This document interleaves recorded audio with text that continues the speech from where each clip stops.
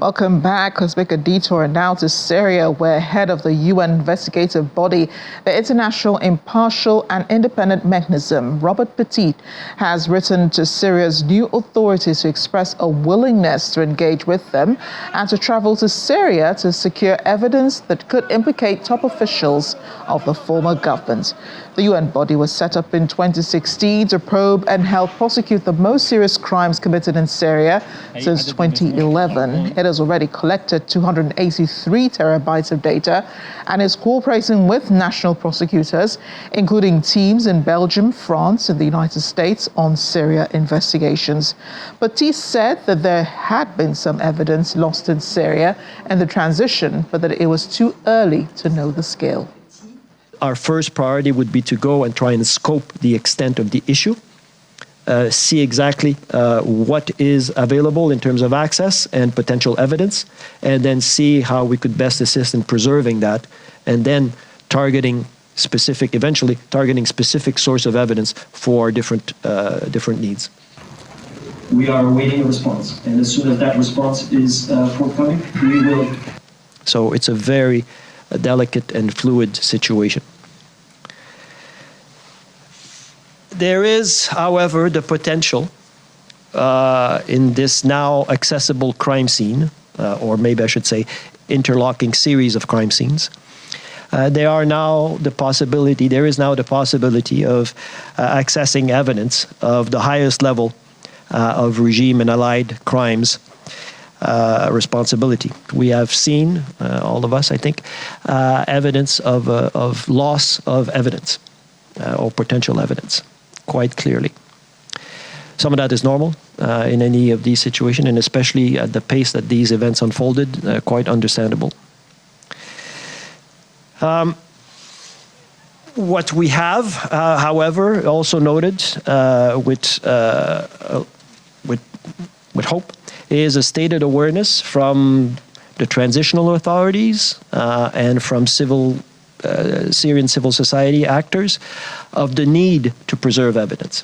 When you're talking about a government, a state apparatus who for 14 years used every aspect of that apparatus to commit crimes, you will have a massive amount of documentation left behind. Now we have forecasted that we hope to see somewhere in the order of 1 million Syrians returning between January and June of next year. So we've shared this plan with donors, asking for their support in order for us to be able to meet the needs on the ground. And that includes the needs of returning Syrian refugees, but also internally displaced Syrians who are returning to their areas of origin and to the host communities that are welcoming them back. We have massive humanitarian needs on a scale that hasn't in any way diminished.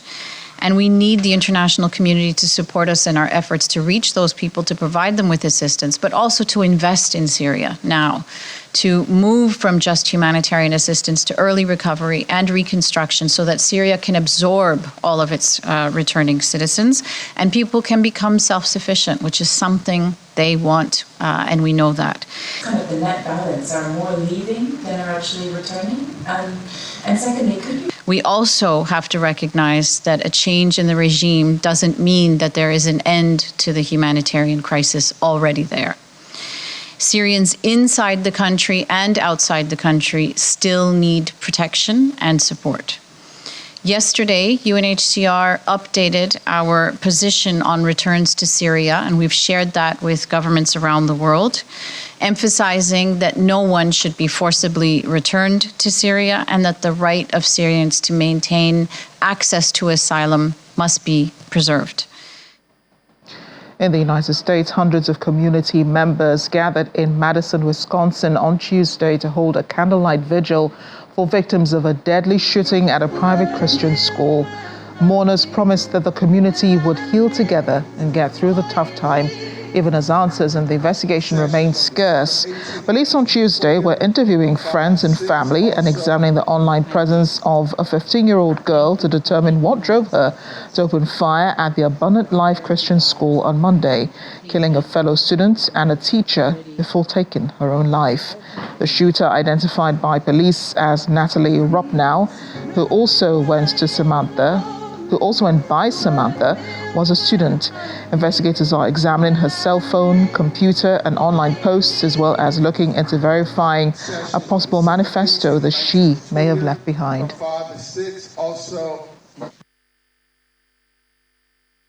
The Madison community experienced a terrible and traumatic event, and we will never be the same.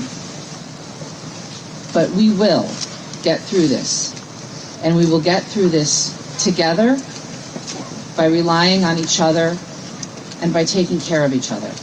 When this incident happened yesterday morning, I was not sure how we were going to respond, and I prayed on it, and God told me to put together a visual, and that's what we did. I'm tired of going to these events. I'm now almost 50 years old, and I've been to 25, 30 of these since I've been 18, and it just keep happening and happening and happening, and we just got to do better. How many more lives need to be lost? How many more lives need to be taken for people to wake up? I mean, our children, our loved ones are stuck between a crossfire. When is it enough? When is it enough? Well, as a community member, we have 11 tribes here in Wisconsin. So it's very important for our Native American community to know that we stand here with the community. Staying in the United States, the man accused of shooting dead UnitedHealth Group Chief Executive Brian Thompson on a Manhattan street this month, Luigi Mangione, has been indicted for murder. Mangione was indicted on 11 counts, including first-degree murder and murder of a crime of terrorism. The indictment accused Mangione of murdering Thompson with intent to influence the policy of a unit of government by intimidation or coercion. Mangione's defense lawyer in New York, Karen Friedman, declined to comment on the issue. The Ivy League-educated Mangione was charged with murder on December 9 for the killing of Thompson outside a Manhattan hotel before a company conference following a 5-day manhunt.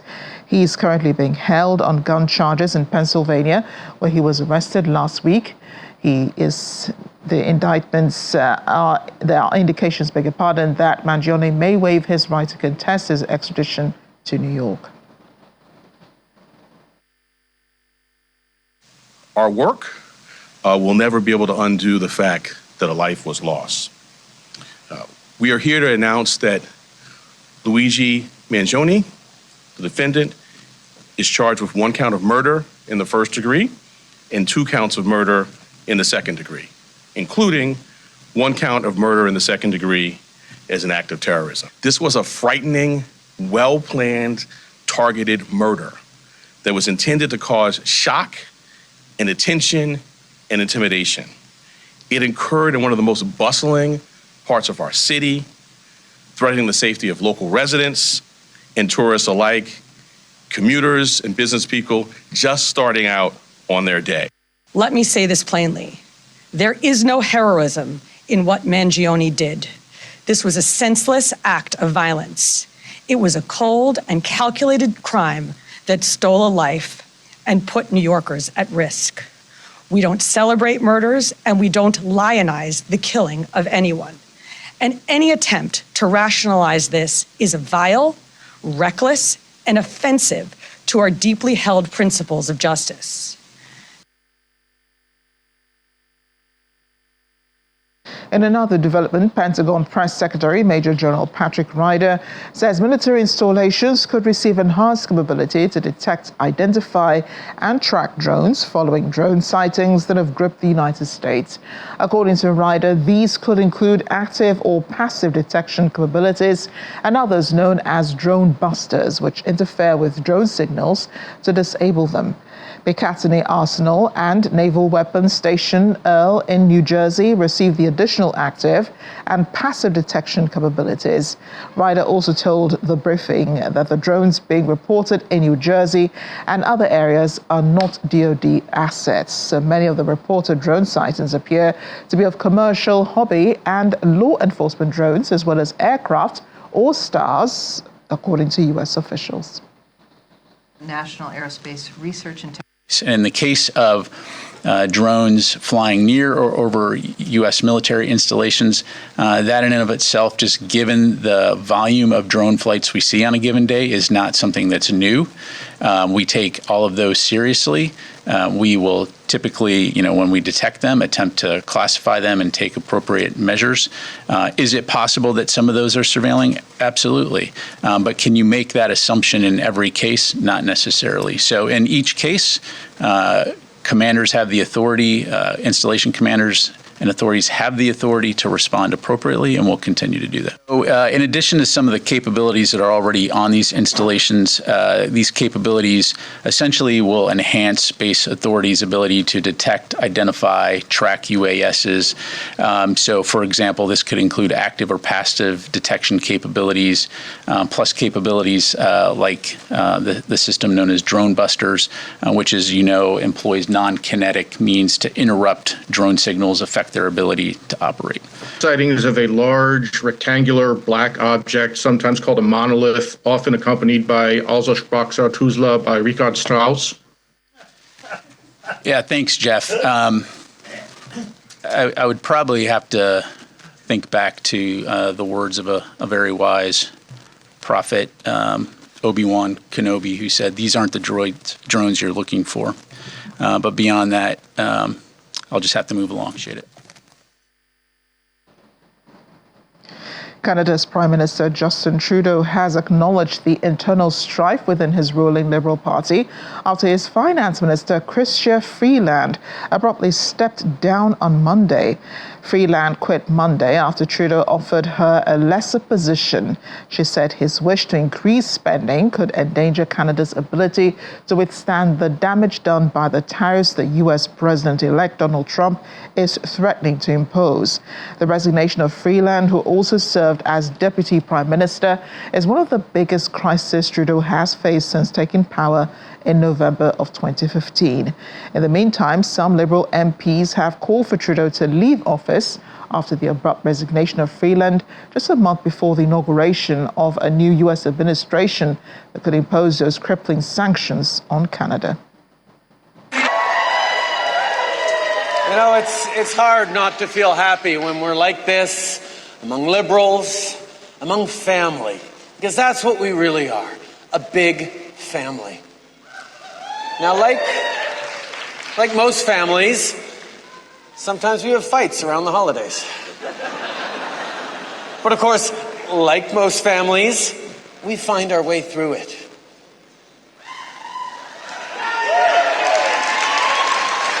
As a country, we've gone through a lot these past years. The pandemic, inflation, so much conflict and suffering around the world, international law being trampled, the very foundations of democracy being attacked. I've been wondering, is there such a thing as precedented times? And if so, could we please have some of those? When I look at you tonight, I'm reminded of the strength of our party, of our history. We're the Grits. On est le rouge. We've lived and led through 150 years of Canadian history. We were there for Canadians through the Spanish flu, the Great Depression, 2 world wars, the Cold War. We've seen tough times before, and we pulled through, because when we pull together, when Canadians pull together, nothing, and I mean nothing, can stop us. Still ahead on The World Today. Santa Claus is a very special message for the world. You'd want to hear it after. Stay with us.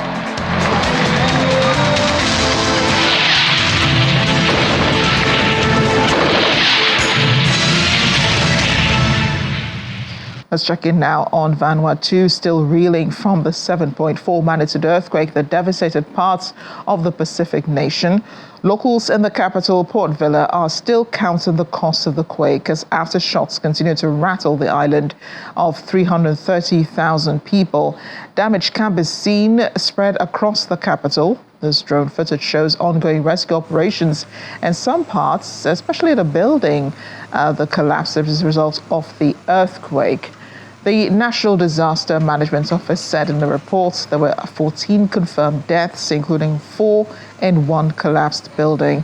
The UN Office for Coordination of Humanitarian Affairs estimates 116 people, around one-third of the country's population, have been affected by the earthquake. One emergency doctor on the ground says the nation's health system is currently overwhelmed by the aftermath of the earthquake. Health emergency response doctor for Respond Global, Dr. Basil Leodoro, speaking on the realities, says some areas have been impacted by landslides, but that life is coming back to normal very fast in the smaller islands compared to the capital, Port Vila. There are 14 confirmed dead. That number is expected to climb, and we have over 200 casualties that have gone through the Vila Central Hospital and the Vanuatu Mobile Force Barracks Hospital so far. We've definitely been overwhelmed. In the first few hours, it was very clear this was a major incident. With the risk of overwhelming the health services. The emergency department has been working overnight, triaging, preparing patients for the operating theatre. Also recognizing the importance of mental health and psychosocial response in this. It's going to take a toll on the cultural safety net of the communities. And this will be something that will definitely remain in our memories for a long time. It's just before Christmas, and I'm sure it will have lifelong impact for many in Vanuatu. And we've been able to conduct response assessments and check for any casualties. And so far, thankfully, in the smaller islands, there was a bit of a tremor and a shake, but no casualties. We have noted landslides that in some areas have blocked off roads and landings on the beaches. So that's been something that has interrupted the normal livelihood of the people. That's right. Vanuatu is no stranger to natural disasters. So we build them tough, definitely. But the earthquake took everyone by surprise. We know that with communication that was rudely interrupted, it was a bit of a scary situation where families were not able to check in on each other. But also, when we have cyclones in the past, we were able to track it and we were able to prepare and get supplies ready. This time around, everyone was taken by surprise. Definitely in the smaller islands of the Shepherd Group, life is coming back to normal very fast. But in Port Vila, we know that the rescue efforts will continue for the next 72 hours. Neighbouring Australia says it intends to send military planes with rescue and medical teams to Vanuatu. Promise coming through Australian Treasurer Jim Chalmers, who says this is only an initial response. We know from early reports that quite significant damage has occurred there. And on the request of the Vanuatu government, we are deploying immediate assistance today.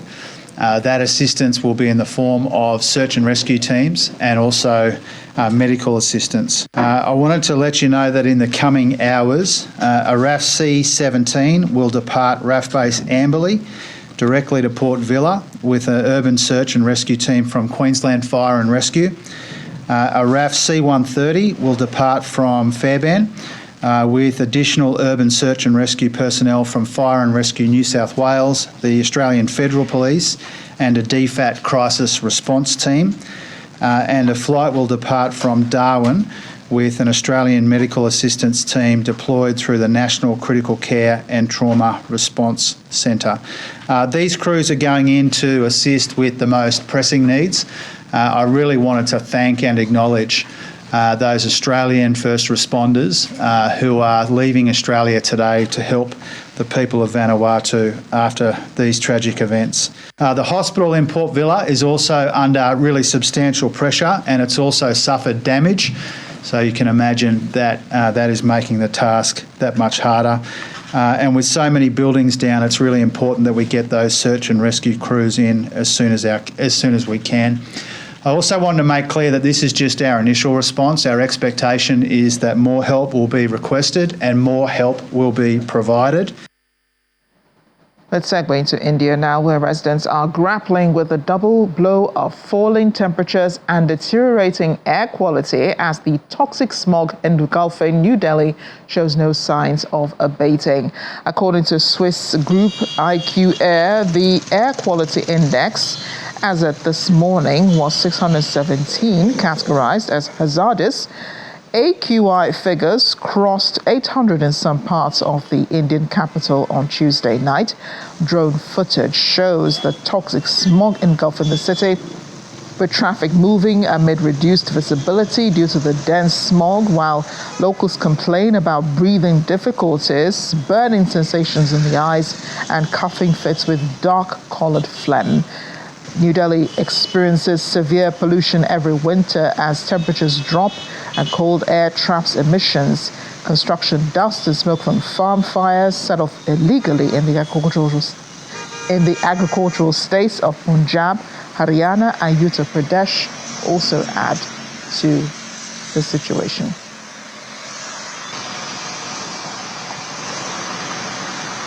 And North Korean leader Kim Jong-un has visited a mausoleum for his father Kim Jong-il and grandfather Kim Il-sung to pay tribute to his father. Kim made the visit to Kumsusan Palace of the Sun, where his father and grandfather lie in state on the 13th anniversary of Kim Jong-il's death, according to North Korean media. In the video aired by state television KRT, a floral basket with Kim's name was laid before the statues of his late father and grandfather, while Kim and other officials bowed in the ceremony. North Korea has remained relatively quiet on South Korea's political situation in the wake of President Yoon Suk-yeol's short-lived martial law early this month. A country state media had just ran several stories on the impeachment of Yoon, the protests, and the fallout from the short-lived martial law without referring or offering much commentary on it. China's President Xi Jinping today met with Macau's chief executive Ho Lat-seng ahead of the anniversary of a quarter century of Beijing's rule over the former Portuguese enclave. State media reports that President Xi expressed full recognition of Ho's leadership in guiding the SAR government to implement the one country, two systems policy and firmly uphold national sovereignty during his 5-year tenure as chief executive.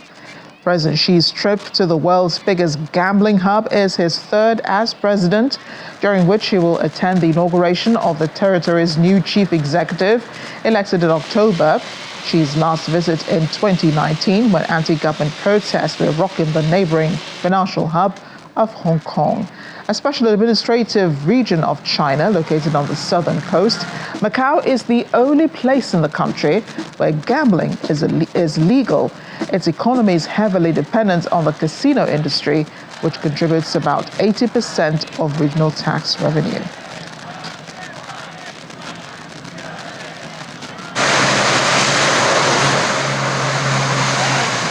And you have Santas from all over the world trying to bring cheer to people. Well, this one is in Brazil. He swapped his traditional sleigh for a jet ski, which we saw earlier, to deliver presents for children. Although personally, I think he was just enjoying the ride. But NGO Heroes of Love, which reports and supports patients suffering from cerebral palsy, microcephaly, autism, and other syndromes, joined forces with the fire brigade to hand out gifts to approximately 50 children and their parents. Fabricia Sagabe, captain of the Rio de Janeiro Fire Department, said that through this event, her brigade also saves lives, but with a different approach, one of joy, renewal, strong spirits, and mental and physical health.